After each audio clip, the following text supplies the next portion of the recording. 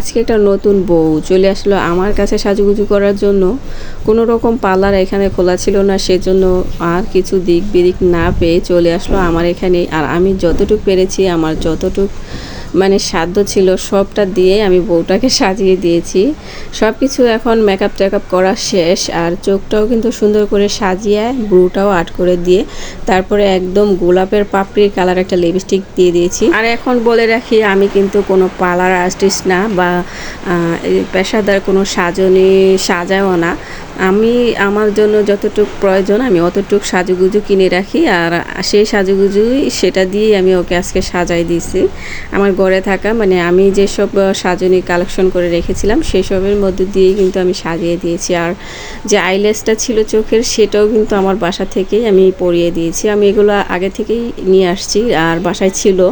আর যেহেতু আমি একটু সাজুগুজু পছন্দ করি বা একটু সাজতেও পছন্দ করি, সেজন্য এগুলো কিন্তু আমার বাসায় ছিলই। তো সেগুলো দিয়ে আজকে আমি সাজাই দিচ্ছি। তো বাস ওর যে গহনাগুলো সেগুলো ও নিয়ে আসছে, শাড়ি গহনা এগুলো নিয়ে আসছিল।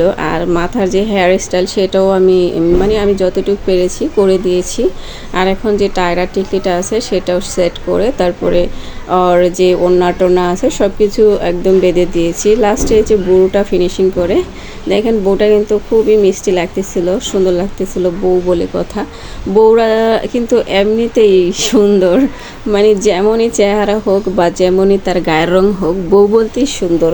জীবনের ফার্স্ট তাদের জীবন শুরু এখান থেকেই। তো এই দিনটা কিন্তু সব মেয়েদেরই একদম অসাধারণ লাগে। আর সাজাতে সাজাতে কিন্তু প্রায় দুপুর টাইমই হয়ে গেছে। আর আমার যাবতীয় রান্নাবান্নাও সব কিছু আছে, যেহেতু রান্নাবান্নাটাও সব আমি একা হাতেই করি। হঠাৎ করে সকালবেলা 10টার দিকে আমার শাশুড়ি ফোন করে বলে যে এই একটা মেয়েকে সাজাতে হবে, তুমি কি পারবে কি না। আমি প্রথমে না করে দিয়েছি, পরে বলেছি যে বাসায় নিয়ে আসেন, আমি যতটুকু পারবো দিয়ে দেব। তো বাসায় চলে আসছে, বাসায় এখানে আয়সা পরে তো সাজাই দিলাম। তো এখন জুতা টুতা পরানো হচ্ছে, আমি ওড়নাটাও সেট করে দিয়েছি, এখন চলে যাবে। আর আমার বাসায় কিন্তু যাবতীয় কাজটা সবই পড়ে আছে, তারপরও ওকে দিলাম আর বলতেছিলাম তাড়াতাড়ি করো তোমরা যাও, এখন তোমাদের কাজ শেষ আর আমার কাজ করতে দাও। আর বউটাও কিন্তু একদম অল্প বয়সের, মাত্র এসএসসি পরীক্ষা দিয়েছে আর এখনই বিয়ে হয়েছে। আর দেখতে খুবই মিষ্টি আর লাজুক ছিল।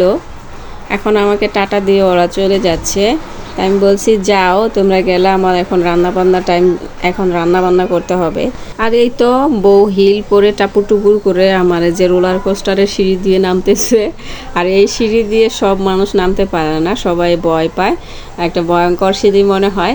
তো সিঁড়িটা ছিল লোহার, আর নিচ দিয়ে যেহেতু ফাঁকা সেজন্য নামতে উঠতে অনেকেই ভয় পায়। তো সামনে কিন্তু আমার শাশুড়ি দাঁড়িয়েছিল, দেখতেছিল যে সাজটা কেমন হয়েছে। পরে কিন্তু প্রশংসা করেছে, না তোমার সাজটা কিন্তু অনেক সুন্দর হয়েছে।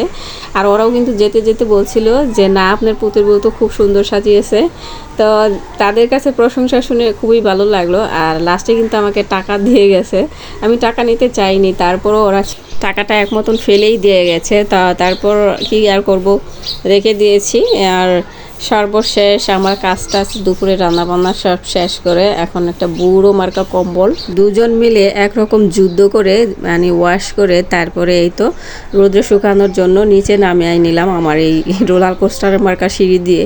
এই সিঁড়ি দিয়ে নামানো যে কত কষ্ট হয়েছে, মনে হয়েছে যে কম্বলটা আমার উপরে পড়বে নাকি আমার ওই যে কাজ করে ওই আফাটা আমার উপরে পড়ে যাবে, এই একটা অবস্থা হয়ে গেছিলো। তারপর যাই হোক নামাই নিয়েছি, নামানো ওঠানো কিন্তু এই সিঁড়ি দিয়ে অনেক কষ্ট।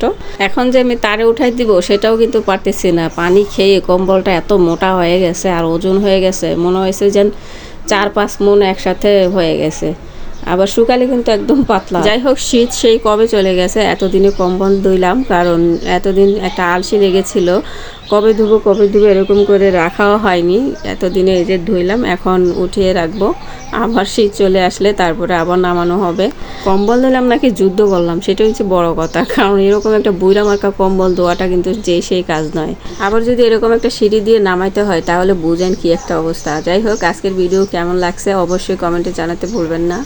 আর বউটা সাজাতে কেমন হয়েছে, বউয়ের সাজ কেমন হয়েছে সেটাও জানাতে ভুলবেন না। আমার ভিডিও আজকে এই পর্যন্তই, আবার দেখা হবে নতুন কোনো ভিডিওতে। ততদিন পর্যন্ত ভালো থাকুন, সুস্থ থাকুন। আর যদি আপনার হাতে সময় থাকে আর ভিডিওটা যদি একটু ভালো লেগে থাকে তাহলে অবশ্যই লাইক কমেন্ট শেয়ার করে সাথে থেকে যাবেন।